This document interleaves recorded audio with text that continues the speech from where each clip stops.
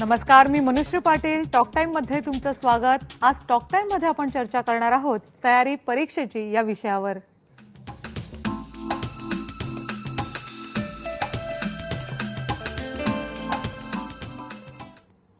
मार्च महिना जसजसा जवळ येतोय तसतसं विद्यार्थ्यांचं टेन्शन वाढत चाललंय. शेवटच्या मिनिटाची तयारी आता सुरू झाली आहे.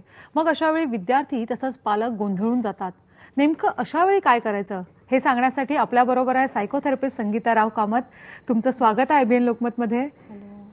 तुम्हाला जर काही त्यांना प्रश्न विचारायचे असतील तर तुम्ही आमच्याशी संपर्क साधू शकता. त्यासाठी आमचा नंबर आहे 022-668-99204.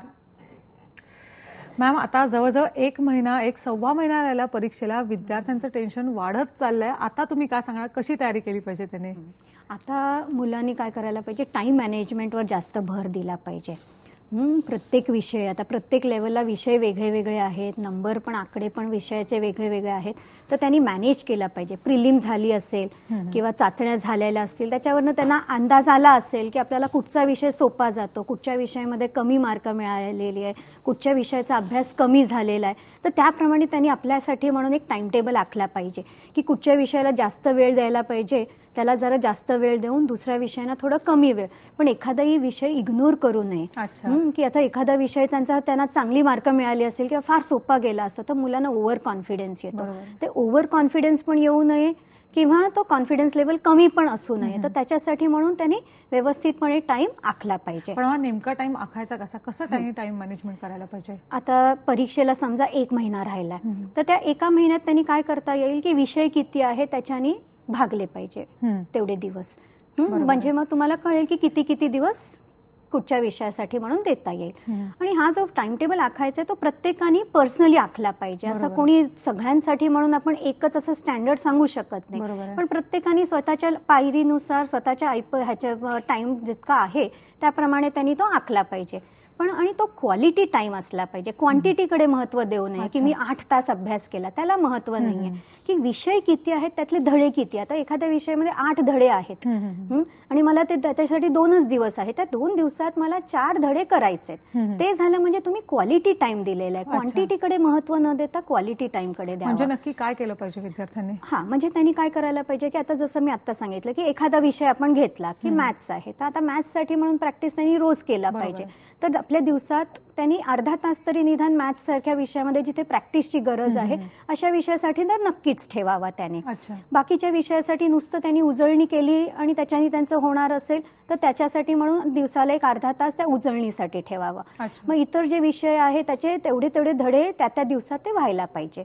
आणि प्रत्येकाने स्वतःची कॉन्सन्ट्रेशन कपॅसिटी ही जाणून घेतली पाहिजे. आता काही मुलांची कॉन्सन्ट्रेशन कपॅसिटी अशी असते की ते 1 तासापलीकडे बसू शकत नाही. मग त्यांनी अट्टहास करू नये की नाही मी 4 तास बसलाच पाहिजे, असा अट्टहास पालकांनी पण केला नाही पाहिजे आणि मुलांनी पण नाही केला पाहिजे. तो रिअलिस्टिक प्लॅन असला पाहिजे की माझ्या कुवत ओळखून त्यांनी त्याप्रमाणे आपला टाइम मॅनेज करायला पाहिजे.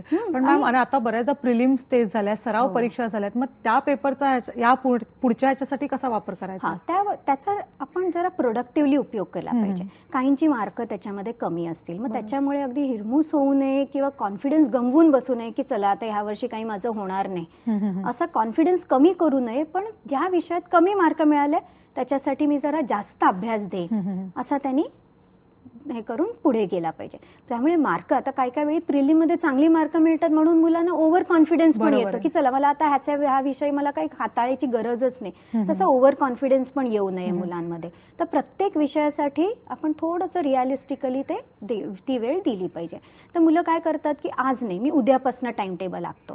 उद्या म्हणतील की नाही असू दे, हा 1 आठवडा जाऊन दे, मग मी सोमवारपासून तयारी करतो. ह्याला आपण जे प्रोक्रास्टिनेशन म्हणतो तो विषय त्यांनी बंद केला पाहिजे.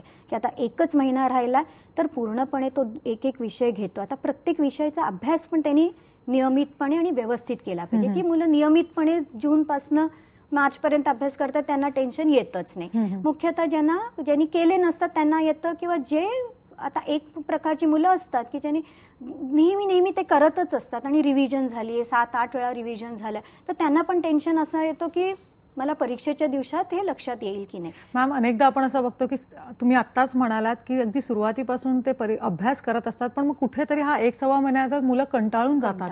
त्याबद्दल बरोबर काय आहे. सांगाल? हां, तर असा जो प्रकार येतो त्याला मी म्हणते एक बर्नआउट फिलिंग येते किंवा सॅच्युरेशन पॉईंट येतो बरोबर. मुलांचा. तर अशा मुलांनी 2 दिवसाचा एक ब्रेक घ्यावा. हं, हं, हं. हं? पण जे रेग्युलरली करत असतील आणि ज्यांना व्यवस्थितपणे त्यांचा अभ्यास झालेला आहे आणि तरी असा फिलिंग येत असेल तर 2 दिवसाचा ब्रेक घ्यावा. पण मी एक बघितलेलं आहे की जी मुलं त्यांचा ॲटिट्यूड परीक्षेकडे किंवा अभ्यासाकडे पॉझिटिव्ह असतो त्यांच्यामध्ये ही फिलिंग येत नाही. अच्छा. त्यांनी उदाहरणार्थ आमच्याकडे एक मुलगी मेरिटमध्ये आली होती, तर त्या आम्ही तिला विचारलं होतं की तुला असं कधीच वाटलं नाही का, तू जूनपासून नियमितपणे अभ्यास करत होती, तुला असं कधीच वाटलं नाही का की आता करू नये? तर ती बोलली की नाही हो, मला इनफॅक्ट अभ्यास करण्यातच मला इतकी मजा वाटायची की पुन्हा पुन्हा तेच आपण करतो, आपणच आपल्याला टेस्ट करून बघतो की बरोबर येते की नाही, आणि आपल्याला येतं त्याच्यामुळे मला कॉन्फिडन्स इतका वाटायचा की गेल्या आठवड्यात मला ह्याच धड्यासाठी मला अर्धा तास लागला, आता मी 15 मिनिटात करू शकते. तर मला ते चॅलेंजिंग वाटतं. स्वतःची परीक्षा करून घ्यायचे. म्हणजे जसं तिच्या शब्दात सांगू तर तिने मला म्हटलं होतं की when going gets tough, it's a tough who gets going. म्हणजे अशा ॲटिट्यूडनी जे करतात ना त्यांच्यामध्ये ह्या सॅच्युरेशन पॉईंट येत नाही. पण बहुतेकदा मुलांचा ॲटिट्यूड पण परीक्षेचं किंवा अभ्यासाचं इतकं निगेटिव्ह असतो की अगदी ताणतणावाखाली करतात. बरोबर. अशा फिलिंगने करतात त्यांना. मॅम, आता असं अनेकदा होतं, तुम्ही आताच म्हणाला की मुलं आधी सुरुवातीला अभ्यास करत नाहीत आणि आता अचानक परीक्षा जवळ आल्यावर त्यांना वाटतं की आता अभ्यास कुठेतरी आपण आता करायला सुरुवात केली पाहिजे. मग आता त्यांच्या हातात 1-1.25 महिना आहे, त्यांच्यासाठी काय सांगाल तुम्ही? त्यांच्यासाठी पण तेच टाइम मॅनेजमेंट हा सर्वात मोठा उपाय आहे की आता जे आहे 24 तास, त्या 24 तासाची पूर्णपणे त्यांनी काहीतरी चीज केली पाहिजे की दिवसाला किती तास झोपायचे तेवढ्यात वगळून की बाकीचे जे तास आहेत त्याच्यामध्ये व्यवस्थितपणे त्यांनी आखला पाहिजे की कुठच्या विषयाला किती, म्हणजे प्रत्येक ह्याच्यामधला इम्पॉर्टंट धडे काढा. किंवा आता सुरुवातच करायची आहे त्यांना, तर त्यांनी काय करावं की कुठचे मेन धडे आहेत हे शोधून काढा आणि त्याचा तरी नीट अभ्यास करावा. आणि मग तो झाला की मग अजून जास्त त्याच्यात भर पाडावी. अच्छा. पण नियमितपणे अभ्यास करणं हे फार महत्वाचं आहे. जे नियमितपणे करतात त्यांना असा शेवटच्या क्षणाला कधी त्रास होत नाही किंवा त्यांना हे प्रॉब्लेम्स येत नाहीत कधी. अच्छा. पण मग अशा वेळी पालकांची भूमिका काय असावी? पालकांची भूमिका ही फार महत्वाची आहे, कारण बऱ्याच मुलांना टेन्शन जो होतो ते पालकांमुळे येतो. सगळ्यांना नाही, काही पालक फार अगदी सपोर्टिव्ह असतात, पण बऱ्याच पालकांच्या पण प्रॉब्लेममुळे पण मुलांना प्रॉब्लेम येतात. की काही मुलं म्हणतात की आम्हाला आई वडिलांना दाखवायचं आहे की माझ्या आई वडिलांनी मला सांगितलंय की तुला 90% खाली मिळालं तर कुठेच मिळणार नाही, मग तू माझा मुलगा नाही किंवा तू माझी मुलगी नाही. तर त्यांना दाखवण्यासाठी म्हणून त्यांना करायचं असतं. आणि मुलांना बरेच आई वडील सांगून दाखवत नाही, पण मुलांना ते कळत असतं की आपल्या आई वडिलांना पण आपल्याकडनं अपेक्षा आहे, मग त्यांची अपेक्षा भंग होऊ नये ह्याचा टेन्शन घेऊन मुलं अभ्यास करत असतात. तर पालकांनी स्वतःची जी अपेक्षा आहे ती थोडीशी रिअलिस्टिक ठेवावी की आपल्या मुलाची कुवत किती आहे, त्या कुवतेनुसार त्यांनी एक्सपेक्टेशन्स ठेवावे, म्हणजे मुलांना तो टेन्शन येत नाही. बरोबर. मॅम, एक फोन आलेला आहे. आरती भोसले आपल्या बरोबर आहेत. बोला आरती. मला विचारायचं असं आहे, बरेचदा परीक्षा जवळ आल्यानंतर मुलांना झोप लागत नाही, तर पालकांनी याची कशी काळजी घ्यावी? की जर झोप लागत नसेल मुलांना तर त्यांनी काय करावं, एकतर झोप न लागणं हे नुसतं टेन्शनमुळे असेल की अभ्यास परीक्षेपर्यंत सगळं होत होतं, आता का नाहीये, तर निदान विचारावं त्यांना की कशामुळे तुला टेन्शन आलेलं आहे का. तो जो टेन्शन आहे तो कमी आपण आपल्या सपोर्टिव्ह रीतीने आपण ते करू शकतो. की मुलाला सांगावं की काही हरकत नाही, तुला सगळं येतंय, जितकं येतं तितकं तू लिहून ये. तर त्याच्यामुळे आपण टेन्शन कमी करू शकतो. कारण ते झोपले नाही तर परत पुढच्या दिवशी दुसऱ्या दिवशी काय होईल की ब्रेनला रिलॅक्सेशन नाही मिळणार, मग त्याच्यामुळे पुन्हा पेपरला जाताना प्रॉब्लेम होऊ शकतो. तर त्याऐवजी थोडंसं सपोर्टिव्ह राहून त्यांना झोपायला मदत करावी. की त्यांना सांगावं की तुला हे येतंय, पाहिजे तर आपण थोडंसं रिव्हिजन करूया का, मी विचारू का, मग प्रश्न येत असतील त्यांना उत्तरं येत असतील तर थोडंसं एनकरेजमेंट दाखवा. कारण हा प्रॉब्लेम जो असतो ना तो बहुतेक अशा मुलांना येतो की जे थोडेसे असे सबमिसिव्ह असतात किंवा कॉन्फिडन्स लेवल त्यांचा कमी असतो, तर त्यांना असा प्रॉब्लेम येतो. तर अशा मुलांना थोडासा त्यांचा कॉन्फिडन्स वाढवण्यासाठी आपण थोडं सपोर्टिव्ह असलो पालक म्हणून, म्हणजे पालकांनी स्वतः पुढाकार घेऊन की तुला येतं हे येतं तुला, तर सोपे प्रश्न त्यांच्यामधला कॉन्फिडन्स त्यांनी जागा केला पाहिजे. एक फोन आलेला आहे. संपदा आपल्या बरोबर आहे. बोला संपदा. हॅलो, मी 12वी सायन्सला आहे. माझा मॅक्झिमम वेळ ट्युशन मध्येच जातो.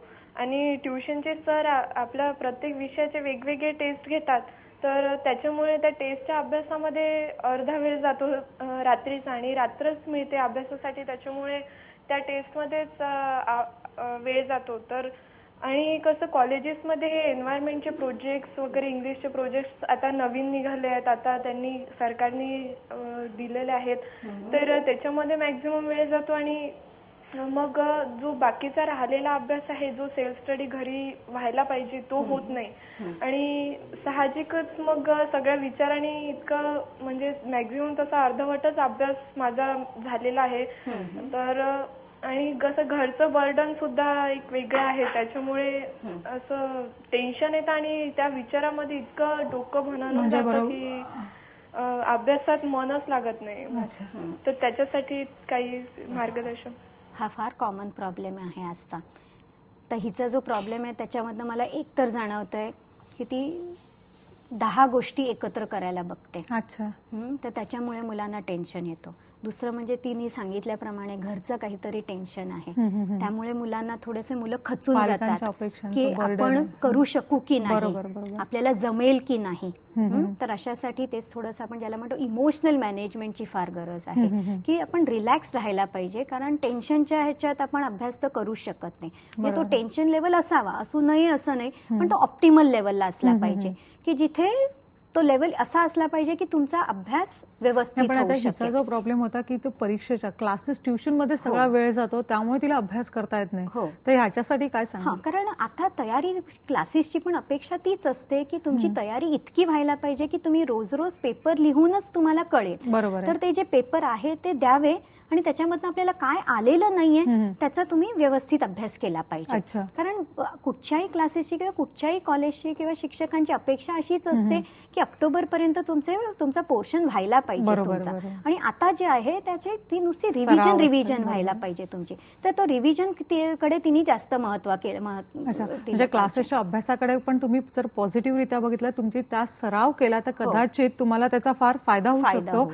या विषयावर आपण परीक्षेची तयारी विषयावर बोलणारच आहोत. तुम्हाला जर काही प्रश्न विचारायचे असतील तर तुम्ही आमच्याशी संपर्क साधू शकता आणि त्यासाठी आमचा नंबर आहे 022-668-99204.